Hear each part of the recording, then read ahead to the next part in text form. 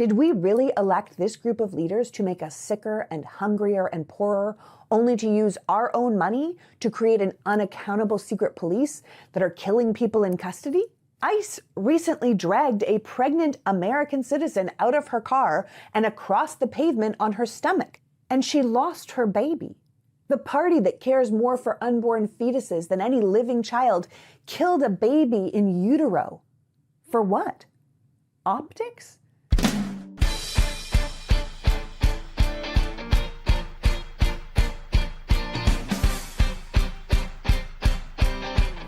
Hello, and welcome to the PoliticsGirl podcast.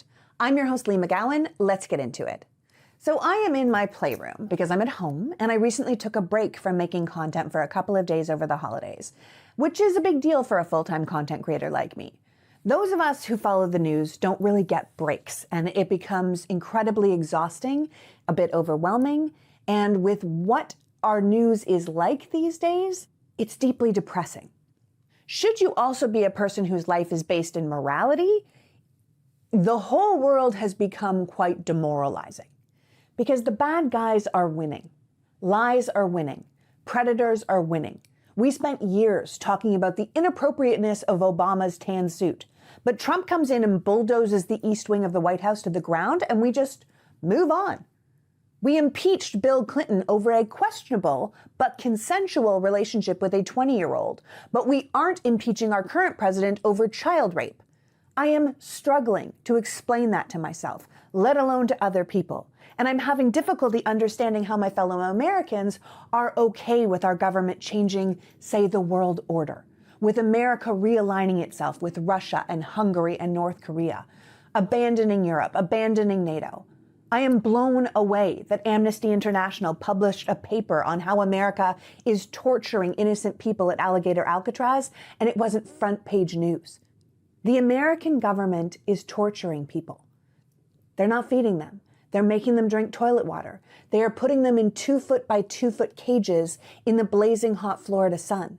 And if you don't know what I'm talking about, then go look it up on Amnesty International's website and then ask yourself why you didn't hear about it in the news. Our country has become sitting ducks in a propaganda and surveillance war, where our government is allowing a handful of billionaires to take over every aspect of our nation, from the media to corporations to the tech industry and to the economy. And if we allow this consolidation to go on unchecked for the next 3 years, the entire country is going to be run by like 6 people. Mark Zuckerberg, Elon Musk, Larry Ellison, Peter Thiel, Jeff Bezos, and Donald Trump. And none of those people give a shit about us. These men don't even think we should have countries anymore. They believe the world should be divided up into corporate city-states where they are the leaders with total control and we are the serfs in their techno-feudal empires. Does that work for you? Because it doesn't work for me. You know what else doesn't work for me?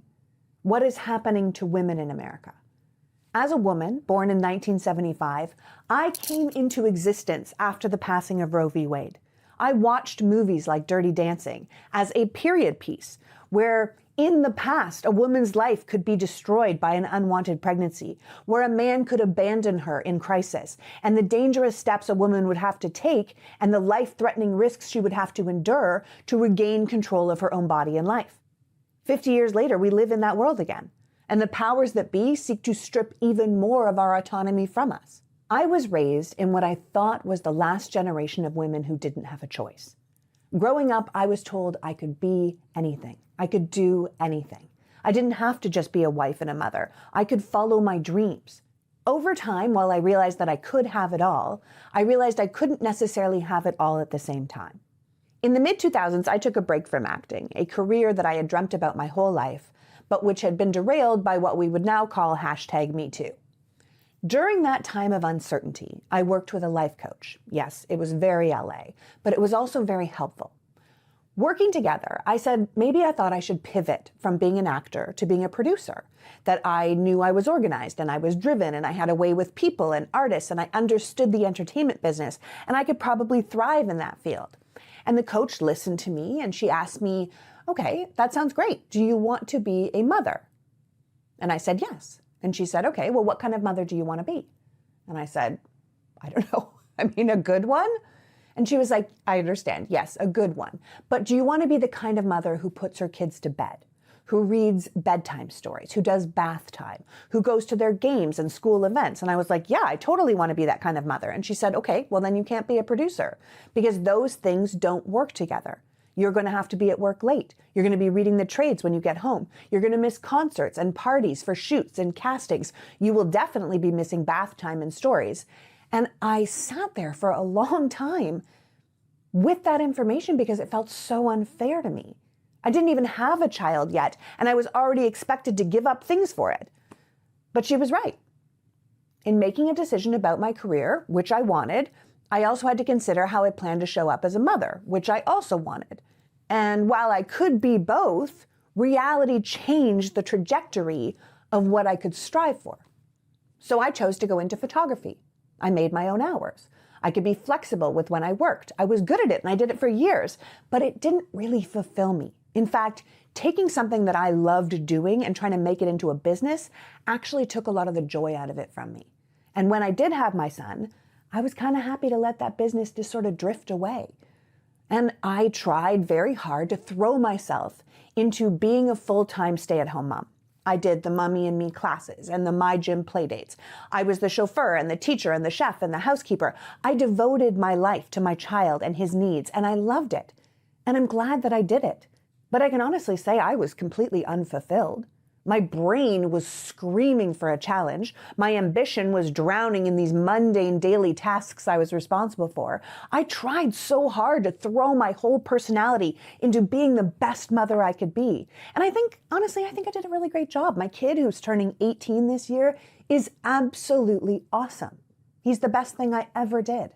But I met mothers during that time that I was a stay-at-home parent, and they were enjoying things like building entire murals out of fruit, like the Serengeti with all the animals and the trees and the African Sahara, but made out of like blueberries and orange slices and dragon fruit. And they were so fulfilled by that. And it was so impressive. It just wasn't me. But that's the point of feminism, right? It's the choice. Women should be able to choose what they want to do with their life, what fills their cup. I was so glad to be there for my son's childhood, but I was also so glad to get back to work. When I started my first blog, In Case I'm Gone, I found an outlet that fed me and not just my child. When I moved on to teaching civics on YouTube, I finally felt that I had a bigger purpose. I would be able to educate and inspire people about their government because I knew that their government really mattered. When I started doing my kitchen rants during the pandemic, it gave me an outlet for my brain and my rage in a world of sourdough starters and Donald Trump. I have been a stay-at-home mother and a career woman. I grew up with a stay-at-home mother, raised by a stay-at-home mother, both devoted but genuinely unhappy and unfulfilled. I grew up in a world where women suffered in their marriages. If their husbands were awful, there wasn't much they could do. If they left them, they had very little money and very little choices. So they all played the role of this caretaker servant, where their needs were not met, but they were responsible for everybody else's needs. The world I grew up in appeared perfect. I had a great childhood. But even when things weren't great, we all knew to pretend that they were, because aesthetics and perception were everything. Only those on the inside knew about the cracks. The outside, like everything you're seeing in this trad wife social media world of today, looked perfect. But if you lived through it, you knew it wasn't. I had a great dad, but I think I actively sought out the opposite of him in a partner. I wasn't looking for a breadwinner. I was looking for a friend, someone who would respect me as a person and not just as their wife, a man who wouldn't expect me to serve him, a partner who considered me equal because the days of being less than your husband were over. In fact, for almost my entire young life, I told my mother I was never going to learn to cook because I didn't want anyone to expect me to do it. It wasn't until I was a parent that I really took any interest in cooking at all because my child needed to be fed and I wanted things like holidays and special traditions to be, the way they had been when I was little, and a lot of that was built around food. But because I married an actual partner, I have never done any of that alone.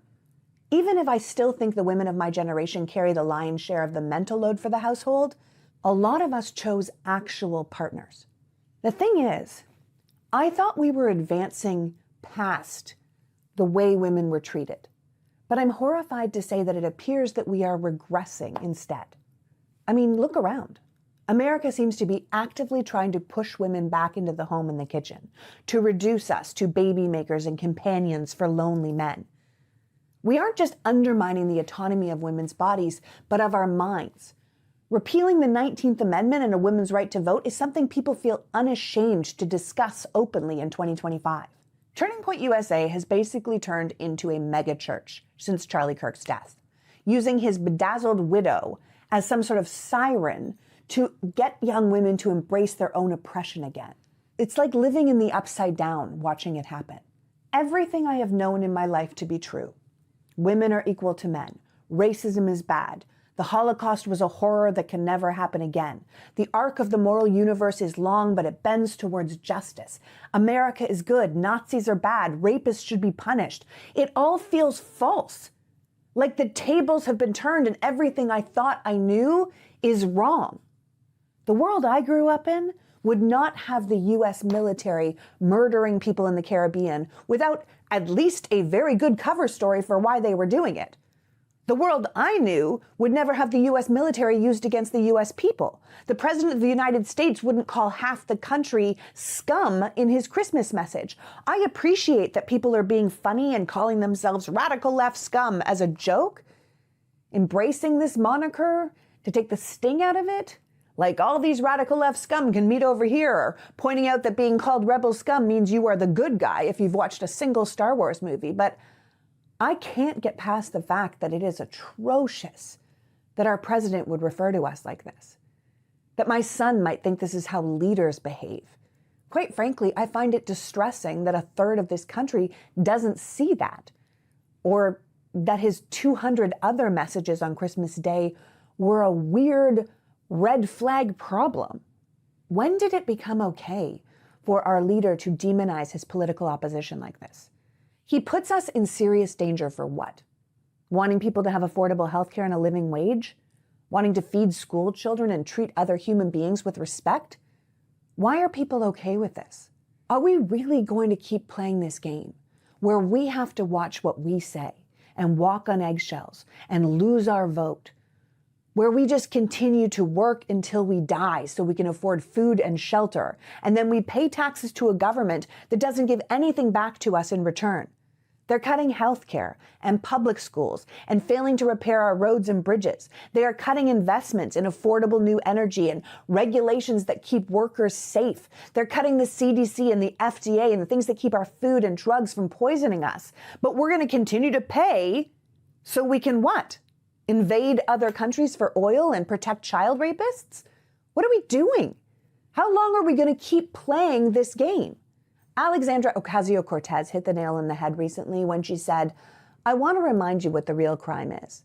It's the oligarchs taking $170 billion of our dollars from healthcare and food assistance and public programs and funneling it into a secret police program." And she wasn't wrong. Did we really elect this group of leaders to make us sicker and hungrier and poorer, only to use our own money to create an unaccountable secret police that are killing people in custody? ICE recently dragged a pregnant American citizen out of her car and across the pavement on her stomach, and she lost her baby. The party that cares more for unborn fetuses than any living child killed a baby in utero. For what? Optics? To let those who aren't white know they have no rights in America, so they better just get out? This is all the work of Stephen Miller, the Deputy Chief of Staff of the White House, the architect of the childhood separation policy, the author of the Muslim ban, and now this attack on immigrants and non-white Americans. It's Stephen Miller calling anyone who questions his tactics a domestic terrorist, who is now saying that if you film ICE agents in action, you are committing a crime, that it's anti-American to be anti-Trump or critical of capitalism or not supportive of Christianity, which is, of course, incredibly ludicrous in a country that was founded on the freedom of religion. The Trump White House says that radical gender ideology is domestic terrorism. So if you believe in gay rights or trans rights, hell, if you believe in human rights, you can be labeled as a domestic terrorist in Trump's America. Likewise, if you show hostility towards traditional values or the traditional family, I mean, that's insane. It's a war on single mothers and single fathers and the LGBTQ community, and it's a prison for anyone that's trapped in a bad marriage. We are a country with a thrice divorced, twice impeached, adjudicated rapist, 34-count felon who tried to overthrow the 2020 election and is the most prominent player in a decades-long child sex trafficking ring as president. And we are being told that we are domestic terrorists if we hold any hostile views to their version of traditional values. What planet are we on? Now, I'm going to take a quick moment to thank the sponsors who allow this show to continue, and I'm going to be right back after this. A new year means a clean slate. Are you committed to working out this year? Then you're going to want to make sure you rehydrate after your workouts. Are you thinking of eating healthier? Then you might want to add and carry healthy snacks with you on the go. I have talked about IQ bars for a long time because they are packed with clean, delicious ingredients to keep you physically and mentally fit, like magnesium and lion's mane. But I haven't talked as much about the IQ mixes, the zero sugar drink mix that mixes with water to hydrate your body with electrolytes, improving your mood and boosting your clarity. Most of us are actually walking around completely dehydrated, which is bad for our brains and bad for our body. So finding a way to rehydrate you that you actually enjoy is a great new habit. The New Year's gives us a chance to reset, to maximize our brain and body's potential with IQ protein bars, hydration mixes, and their mushroom coffees. If you try the Ultimate Sampler Pack, that will include all three: 9 IQ bars, 8 IQ mix sticks, and 4 IQ Joe sticks. I like all the mixed sticks flavors, but I am particularly fond of the iced tea and lemonade because I am a big Arnold Palmer fan, and I really appreciate that they included that in their mixes. But I also really like the pina colada because delicious. Right now, IQ Bar is offering our special podcast listeners 20% off all IQ Bar products, including the Ultimate Sampler Pack, plus free shipping. To get your 20% off, text PG to 64,000. Text PG to 64,000. That's PG to 64000. Message and data rates may apply. See terms for details. If you're refreshing your body this year, you might also want to refresh your wardrobe. Perhaps you got some new things for the holidays and now you're thinking, ooh, now that I have this, I kind of need this. Well, Quince has you covered. From their soft Mongolian cashmere sweaters that feel like designer pieces without that markup, to 100% silk tops and skirts for easy dressing up, to their everyday denim, these wardrobe essentials are crafted to last season through season. I spent the holidays in Quince's maxi burgundy silk skirt and this matching cashmere sweater. It was easy to wear, I looked pulled together, it took me no effort, and I could do it all without breaking the bank. Maybe you are going into January thinking you need a new coat. I would recommend checking out Quince's Italian wool coats. They are beautifully tailored, they're soft to the touch, and they're built for years of wear and not just one season of style. You will see the quality in the stitching and the fit and the fabrics, and everything from Quince is made from premium materials in ethical, trusted factories, priced far below what other luxury brands charge. I really love their cashmere. I have a blue boat neck one that I wore all summer, and as I said, I've been wearing this burgundy one through the holidays. So refresh your wardrobe with Quince. Don't wait. Go to quince.com/politicsgirl for free shipping on your order and 365 days of returns. And for my Canadian friends and family, Quince is now available in Canada too. That's QUINCE.com/politicsgirl to get free shipping and 365 days of returns. Quince.com/politicsgirl. Do you remember the first time you found a gray hair? And if you're young, think about the people in your life who have found them and understand our annoyance and surprise and sometimes shock when they arrive. It's hard not to go like, oh great, here we go. Because while some of us try to pull them out like I do with my perfectly straight gray eyebrows, some people try to dye it. Some of us are less vain or look really good with gray hair like a man. My husband actually looks amazing with salt and pepper in his beard, and isn't that just typical? But if you don't have gray yet, how do you think you're going to handle it? One of the ways would be to slow the grays down to keep your natural hair color longer. What if you could do that and get thicker, fuller, shinier hair in the process? Well, that is what RA does. Turns out the only gene that causes gray hair accounts for about 30% of why we go gray. So 70% has nothing to do with genetics, which is why RA works. It's clinically proven to slow gray growth, to support repigmentation, to promote thicker, fuller hair in as little as 3 to 6 months if you use it consistently.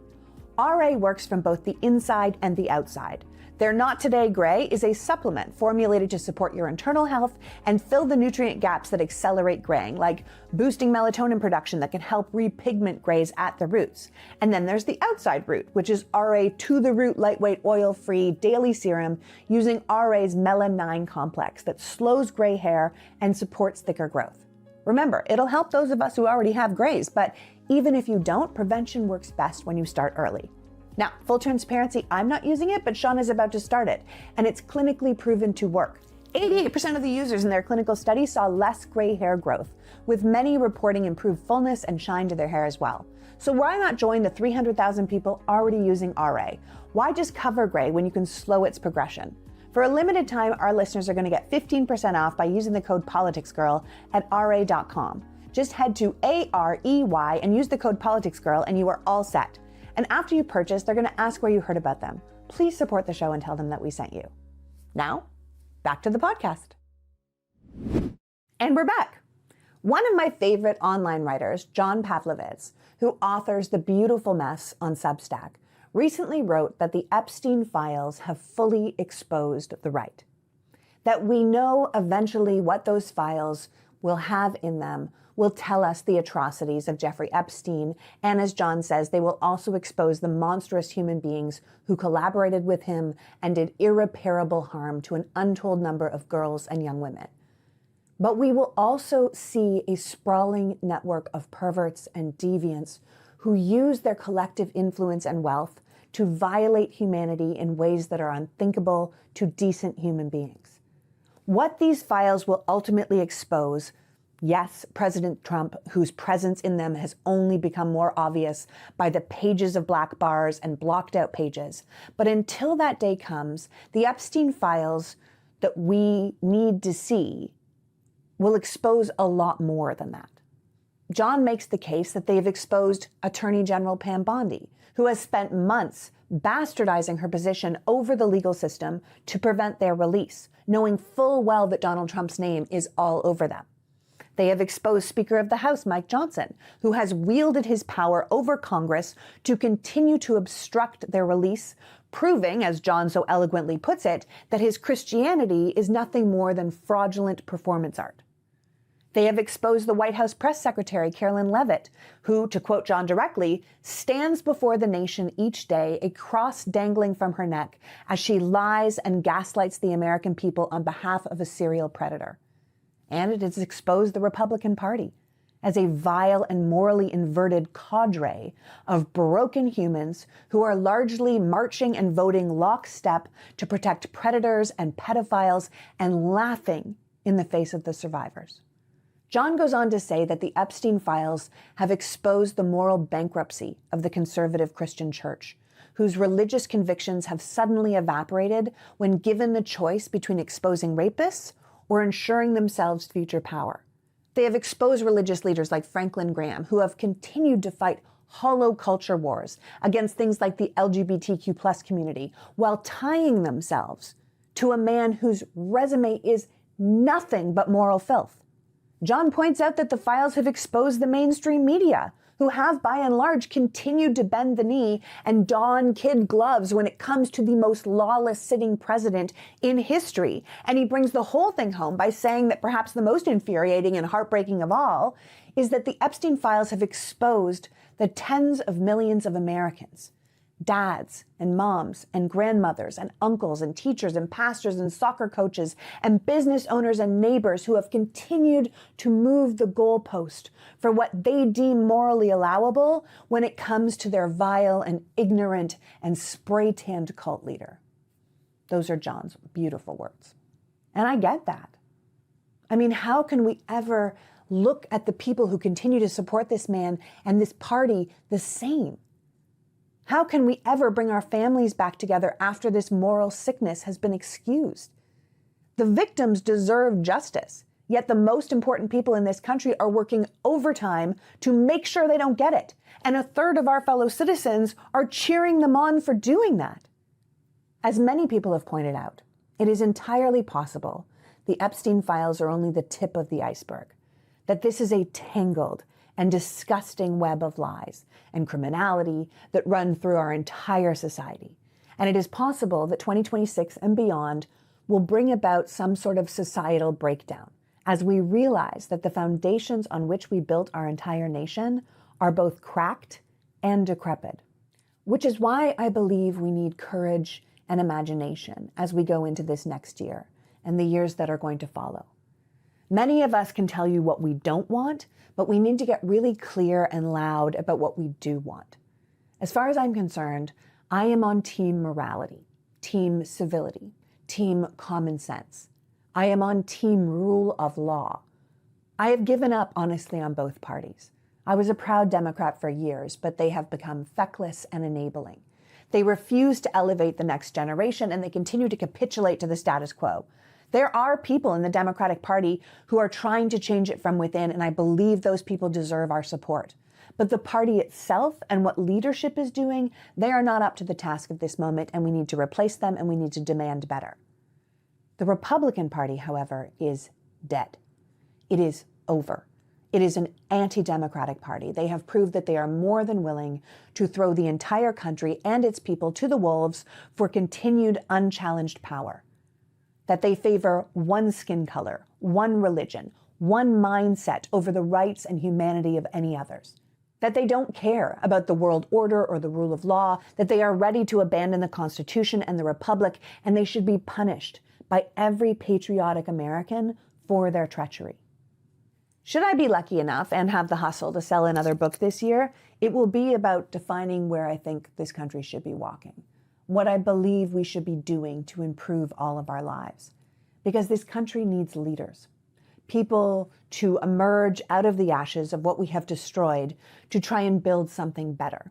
And those people need direction, and they need support, and they need funding. And I want to advocate for that.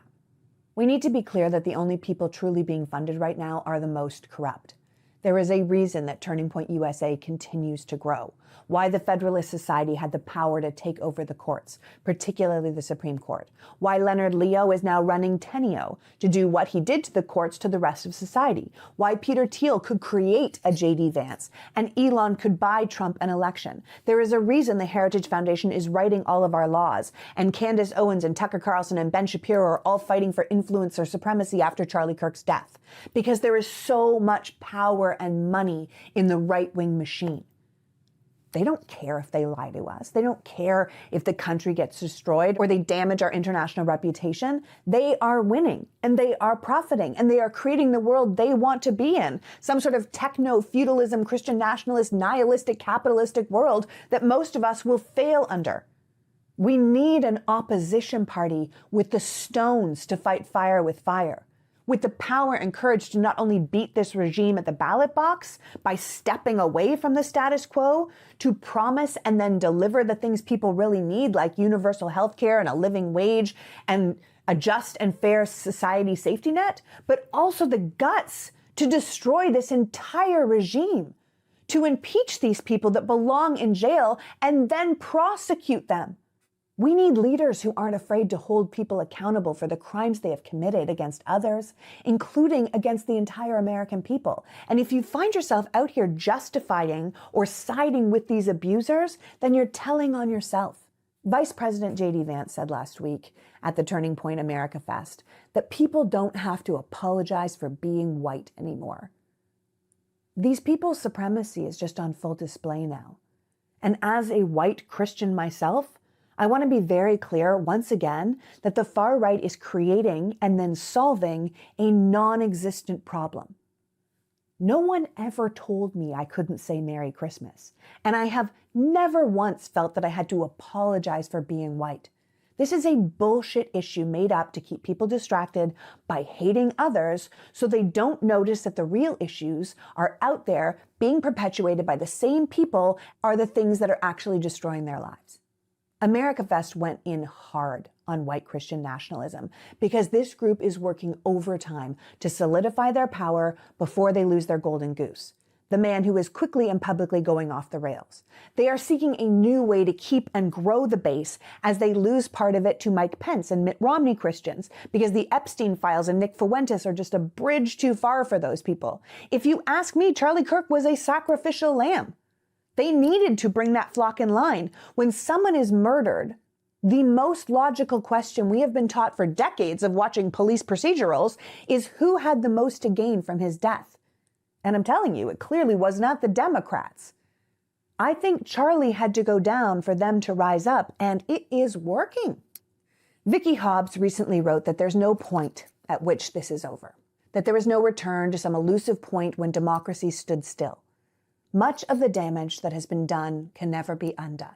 There are only two choices in the long arc of how this future unfolds.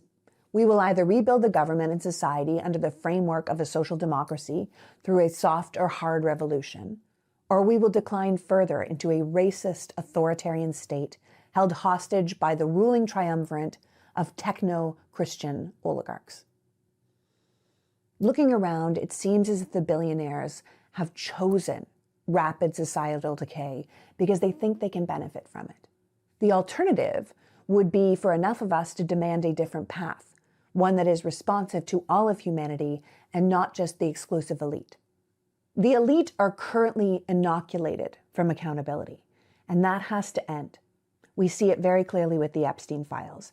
They believe, because it appears like it is true, that they are above the law, that laws and rules only apply to us, and then they can change those laws and rules whenever they want to, and we should just be grateful we are not currently the group being rounded up and killed.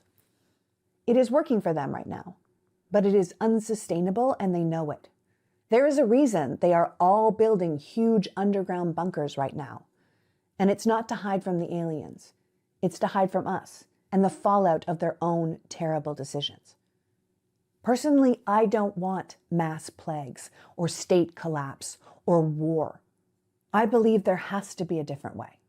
We are living through a full-on breakdown of humanity, so we need to get really ambitious about what we want to come out of this. A creator online that I really like that goes by Straight Outta Salem recently questioned, if we can't stop societal collapse, we can dream of what comes after. Ask yourself, if I could have the world any way I wanted it, what would that look like? Because dreaming a new world into existence is actually just as important as living through the breakdown. At the end of the day, the regular people, we might be down, but we're not out. The 2025 elections were a bloodbath for this current administration. The New York mayoral race was a wake-up call to the Democratic establishment.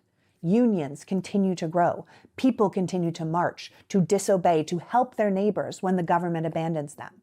Our institutions might be failing, but the people are stepping up. We have been abandoned by our government, but we haven't been abandoned by each other. The year ahead is uncertain, but we are still here. We are still fighting.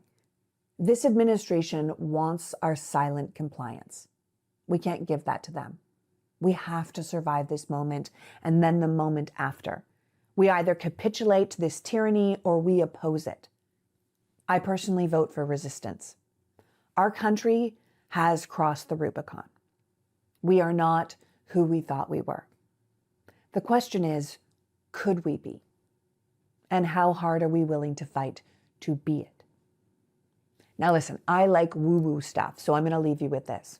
Tara Isis Garris writes about how we are ending the Chinese Year of the Snake, which is also the end of a 9-year cycle. To grow, a snake has to shed its skin. It's not the ending, but a beginning. It's not the collapse, but the last layer releasing its grip. What is coming loose to make room for what will be. So we have to discard what it is that we no longer need. Garris writes, the shift starts not through chaos, but through subtle signals, tension on the surface, a sense of outgrowing something you once accepted as fixed, a quiet awareness rising in the body even before the mind can comprehend. If you think what started in February 2017 is reaching its final chapter in February 2026, that those patterns that were set are finishing their arc and the lessons are revealing themselves, should we choose to learn them, then what have we grown beyond? What is loosening? What can be sloughed off? We are moving on. This is the nature of a cycle that is completing itself. And I believe that what no longer fits will fall away. And I think more and more people are waking up to that. According to the ancients, We aren't actually falling apart right now. We are in the final stages of shedding before renewal. So let's look at it that way. It's no longer good enough to say what's wrong. We have to grow and imagine a future where things are right. We have to accept that we are never going back to what it was, that this man and this administration and maybe even capitalism itself, perhaps even American Christianity, has been captured and it has destroyed what we had. The question is, what comes next? If maximum profit is the sole goal, most of us will not survive. And that can't be acceptable to most of us. As Robert Reich recently said, people forget that poverty is a policy choice. Concentrated wealth is a policy choice. None of this is natural or inevitable. We have power to build a system that serves the many and not just the powerful few. And we have to remember that, and then we have to act on it. So go into this new year with grit and determination, because it is going to be hard. Go into this new year with curiosity and imagination, because we have to create something new.